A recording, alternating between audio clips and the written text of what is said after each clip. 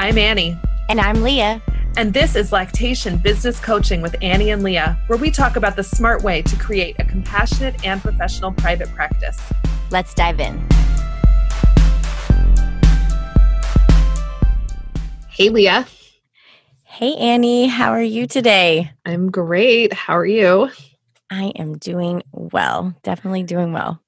I always enjoy our chats, and I'm so enjoying our deep dives with our Patreon community. So if you're interested in learning more about that and supporting our podcast, so when you become a member of our community, you actually make it possible for us to keep on offering these podcasts. So if you're enjoying them and you want us to do more of them, join our community. If you join at the $20 a month level, you get access to our monthly deeper dive calls, which is just so much fun. So we hope to see you there.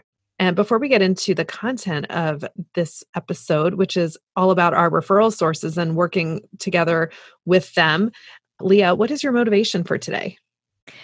So I am wanting to motivate you to be authentically you. When we go and meet with referral sources or we're putting ourselves out there, I know sometimes it's intimidating. So we might, just kind of tense up and not really be ourselves and kind of be very stiff and maybe just give the answers that you think the other person might want to hear. And there really is a lot of drawbacks to that because one, I think people read that. They can tell when you're not being authentically yourself.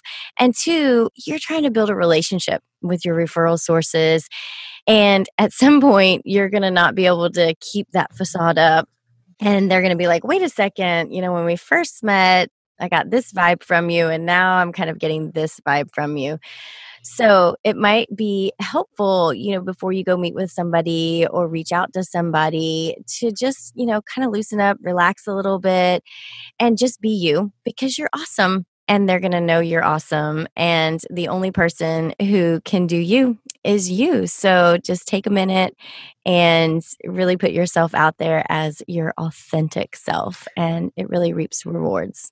Oh, I totally agree with that. I mean, I just think that's really great to think about who you are, what vibe you want to put out, and not try to be somebody that you think will impress the other person, but just you really want to make sure they know who you are. So I love that. Thanks, Leah. So let's dive into getting to know our referral sources and how do we maintain and keep relations with referral sources. So where are some of the places that you get referrals from and maybe places that you are referring to? Well, here in New York City, my main referral source is my colleagues, the other lactation consultants. So we have a lot of we're all on our own. And if I can't see a client, I need to find somebody who can. And so really maintaining those relationships and being a positive and productive member of our community ends up being, beneficial for me from a business standpoint too, because the more invested I am in my colleagues, the more likely they are to refer to me. And, also just when we go to these, trainings together and continuing education, I look around and I see, okay, they're all here. I'm here. So now I know a little bit more about what you know. And that's really great. So that's a main one for me. What about you, Leah? So here in my area, I get quite a few referrals from birth workers, relationships that I've built over many, many years. Those tend to be some of my biggest referral sources. Yeah, same. When I was first starting out, I went to a couple of in-person meetups with childbirth educators and doulas just to get to know them personally and to put a face to the name. And that definitely yielded referrals for me, especially at the time when I was growing my practice. So it's nice to know what other supports are out there because, we get questions like, do you know a doula or do you know, where can I get childbirth classes when people reach out prenatally? So it's also, I can send people back to them. Definitely. And I think second to that would probably be physicians, whether that's pediatricians, OBs, or tongue tie providers. That's probably the second highest, referral source that we have. Do you get very many like MD referrals there in New York? We get a few pediatricians who will refer to lactation consultants, and they'll have their list of who they send people to. They know that you serve the area. And yeah, the tongue tie providers are always the good ones anyway, Yeah. are sending families back to the community. I mean, I think we all wish we could get to them first, do a little prep visit before they have the procedure done. But at the very least, a lot of, at least here in New York City, families they just won't wait. They're so impatient. I know. And so they just jump right to it. And so, but they're getting our names from these good providers afterwards. So yeah, they can be really good sources. I don't get a lot of, I want to say maybe have never gotten a referral from an OB. I have gotten from a home birth midwife, but not from an OB. And we don't have we have one freestanding birth center in New York City, and I don't travel down there. Gotcha. Yeah, we don't get a whole lot of OB referrals, which I think is really interesting because they're seeing the family usually at, here now there's been a big push to do like a little bit earlier postpartum check-in, like around 2 weeks. Oh, that's So nice. I know, which is awesome because I'm like, oh, the waiting 6 weeks just always felt not right to me. But yeah, I don't have a lot of the OBs then turning around. There's a few though, definitely a few that I can think of off the top of my head, but not as much as the pediatricians. Definitely not as much as the pediatricians. Do you ever get referrals, say, from like body workers or any other like allied healthcare professionals? I have, but I actually find that flows more me to them. Definitely. That they're going for body work because a lactation consultant recommended them. They're not often going because the pediatrician recommended it, and then the body worker's like, oh yeah, you should get lactation help. And if it's a physical therapy, they're not referring back to us at all. No. And the SLPs are not referring back to us at all. We don't have a good referral network with them. Yeah, same. We don't get a lot of, again, the bodyworks. I have had a few because I think chiropractic care is pretty popular down here. So I've had families that are already going to the chiropractor before they even see me, and that might be where they heard about me. Not commonplace though, definitely not commonplace. And again, yeah, the PTs, OTs, SLPs, not getting very many referrals. Maybe, gosh, I can only think of like a handful over my whole 8 years that I've had that direction referral. Definitely me out to them sometimes, but not a lot of the back the other direction. I mean, and I think that's just the nature of how our profession is perceived, which is that lactation is something that belongs in the hospital. And that, so by the time they're in, at home and their baby's a couple weeks old and things are going on, they're not often connecting that to feeding or feeding problems that happen, or, if the family doesn't want to breastfeed, then we're not going to get brought in to that situation. I mean, I do find, I get a lot of traffic from hospitals though, and not all of them are baby friendly. I mean, definitely the baby friendly ones are giving out those names, but even some of the ones that are not are. And it's funny because I had when I became a La Leche League leader, I was using just my personal email address. So there's a bunch of hospitals here that have my personal email address. And I get emails to my Gmail, and I'm like, I don't even know who to ask to change this. And, yes. but I'm and I also don't want to mess up this referral source either, but I'm I don't know what to do. But, so then I just switch to my professional email and write them back there. Gotcha. What's it like with you in the hospitals in Houston? Yeah, a lot of them actually just give the ILCA or USLCA website link. Go here and you can find one, which is kind of problematic because that link doesn't always weed out who's actually private practice and who's not, and then the exact area that they serve. So that can be problematic. Our Houston Area Lactation Consultants and Educator Association, it's a mouthful, they have a referral list as well. So some of the hospitals actually send that out instead. But yeah, we definitely are on some of the hospital referral lists. But I think some of them are trying to go away from like specific people referring to and try to give this more generic. So that's something that's happening here. And our local chapter of USLCA NILCA, we decided that this was something that NILCA should do for the members. And so we created a referral network through NILCA where we have a Google Voice number. And if somebody needs a lactation consultant, they text that number. We have a non-LC admin who answers it. So the person who answers it is not potential conflict of interest of wanting the consult. Because we talked about maybe we'll all volunteer and take turns, but I'm like, no, what if it comes in and it's like my neighbor needs a consult, but I can't take it because I have to give 3 names that are not me. So we decided to hire somebody to do that. And so the text comes in, they have a templated response that goes back to the family. Then our admin posts to our WhatsApp group and says, this came in from the referral line, here's the neighborhood.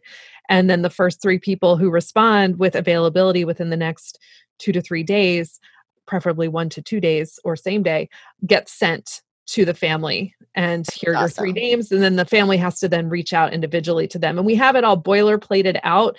So the admin just has to copy and paste the response so that it's very clear that we're not involved with them, that this is just providing the name and number. And that has exploded for us. I mean, our WhatsApp group is so busy with requests. And so now we're like, well, let's just give this to the pediatricians. That's easy. Instead of being like, okay, it's like who goes where? Source. Yeah. It's so easy. And then it also really helps build awareness of NILCA and awareness of lactation consultants. So that's been amazing. Have been really happy with that as a member benefit for being a part of the NILCA chapter. Yeah, and I'd encourage other chapters to be doing. It is another way to promote our profession as well, just really giving it a good boost in visibility. So, what are some of the ways that you've worked to cultivate the relationships that then allow for these referrals in both directions? You to them and them to you. Is there some specific steps that you take, Annie, for that? Well, I think it's always really important to make a meaningful connection. And so when it's somebody, new, first of all, it's not enough to just say, oh, I heard my friend likes this person, this LC that I love likes this person. I need to feel like I can trust them. And so like have a conversation with them, have an email, ask them hard questions and be prepared to answer hard questions myself so that there's a mutual understanding of what we're in this for. Definitely. And I think if it's somebody who works hands-on with the parent or the baby, I think it's really beneficial to see if you can go with one of your clients or if they allow you to come and just watch them work. So if that's like a body worker, SLP, sometimes they'll let you come and shadow and just kind of see how they work, make sure it jives with somebody that you would want to refer to. It gives you a chance to look around their office space if that, looks good. I mean, you really want to consider all that because when you make a referral, it's almost like an extension of you and your practice. I mean, not 100%, but you know what I mean? It's like you wouldn't want to then, send to a place that you're not 100% sure of. So I think it's great if you can either go with one of your clients or ask the person if you can shadow and then be willing to accept that the other direction. You might have somebody who wants to refer to you, but they want to kind of see the work that you do. I think also word of mouth is so huge for people wanting to refer to us. So in that direction. So it's, I used to always encourage, and I still do, my parents to like, hey, if, they'll be like, oh, this was so helpful. I love this so much. I'm so glad that I came and saw you. I'll be like, what helps me so much is if you could talk to your pediatrician about the care we had today and how helpful it was to you. and just let them know so that they might be able to refer another family my way that needed help as well. Oh, I love And that. I mean, and that's, it's a little scary to ask because it feels a little salesy, but, you need to, have confidence that if they're telling you you did a good job, they're not going to have any problem telling anybody else. yeah. And most of the time they're so eager. Oh, they're like, oh my gosh, yes, do you have business cards? I'm going to take business cards to my pediatrician's office because everybody has to know about this, And so I've never had anybody look at me weird or give me pushback, but it's a great way to start to build that referral network because those pediatricians are listening to how happy their clients are, and the OBs as well. And other professionals are listening to how happy their clients are. And that's a real assurance to them that they're going to be sending out to somebody who is going to be doing a good job. And when you're cultivating these referral sources, you do want to make sure you're being ethical about it. And the best way to do that would be to read Elizabeth Brooks's book, Legal and Ethical Issues for the IBCLC. And this is essential reading. She has a chapter on that is all about how to, keep yourself from having a conflict of interest, or having, she talks in the book about if somebody gives you something. This is for something like breast pumps is a really big one. If you get a free breast pump, even if you got a free breast pump from 10 different companies, the fact that it was free gives you a warm feeling toward the company who gave it to you and can make you less ethical when it comes to deciding, is this breast pump actually right for the family that I'm recommending it to? And the same thing goes for your referral sources. So you want to keep yourself really ethical about it. You may have heard of something called a kickback, which is not only unethical, it's also illegal. And that would be if someone approaches you and says, hey, I love that you're a lactation consultant. If I send people to you, you give me a percentage of what they pay you. And if you do that, I will send people to you. That is a kickback. No. No. And you don't want to offer that to somebody else, and you don't want to take it from somebody else. This is very different than having some kind of contractual relationship, say, with a home birth midwife, where she's providing lactation services to her clients and she's paying you to be her client's lactation consultant. Like, that's out of their fee that she's getting paid from the family. That's totally different. This would be like secret on, like behind the person's back. And it is not right to only send clients to people that are being nice to you or giving you things. So the easiest way to prevent yourself from that kind of conflict of interest is just don't take free things from your referral sources. I like to try out all the different chiropractors and body workers. I go and I get a treatment from them and I pay for it so that I can know what it feels like to be their patient, but I pay for it. I definitely think that's a huge consideration, and you can kind of easily slip into like, oh, well, they just, offered this or offered that. And yeah, it's a slippery slope into like, okay, are we not being ethical now?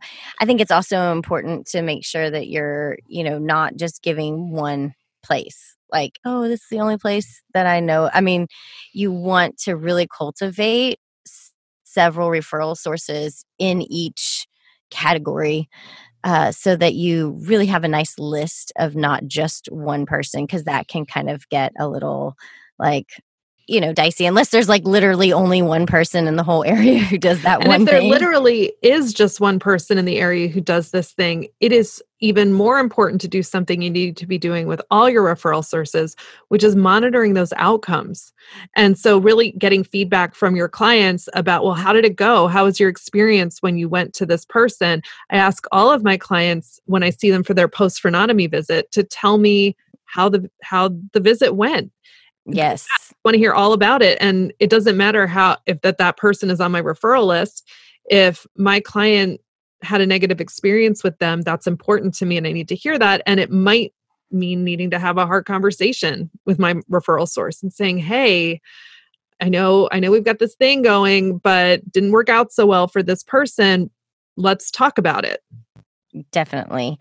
I think that is so important, and something that I do as well on really all my referrals. Like if it's a body worker or, a phrenology provider or something like that, I definitely ask for feedback from the family. And it's actually been really helpful in weeding out some that I thought were like, oh, this is a great referral source in my mind, but then come to find out like the patients were not feeling as great about it. And so, yeah, it definitely helped me weed out some places that I wanted to remove from my referral list.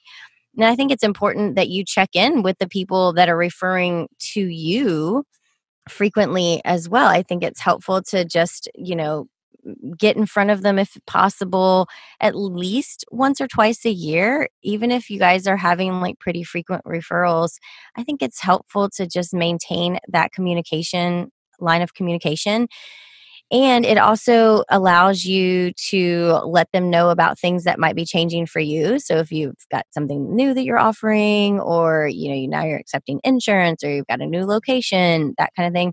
But it's also finding out if anything's changed for them, and making sure that you are Right. aware of changes that might be happening. So not just getting feedback on how their clients feel about you, but also making sure that you're marketing yourself.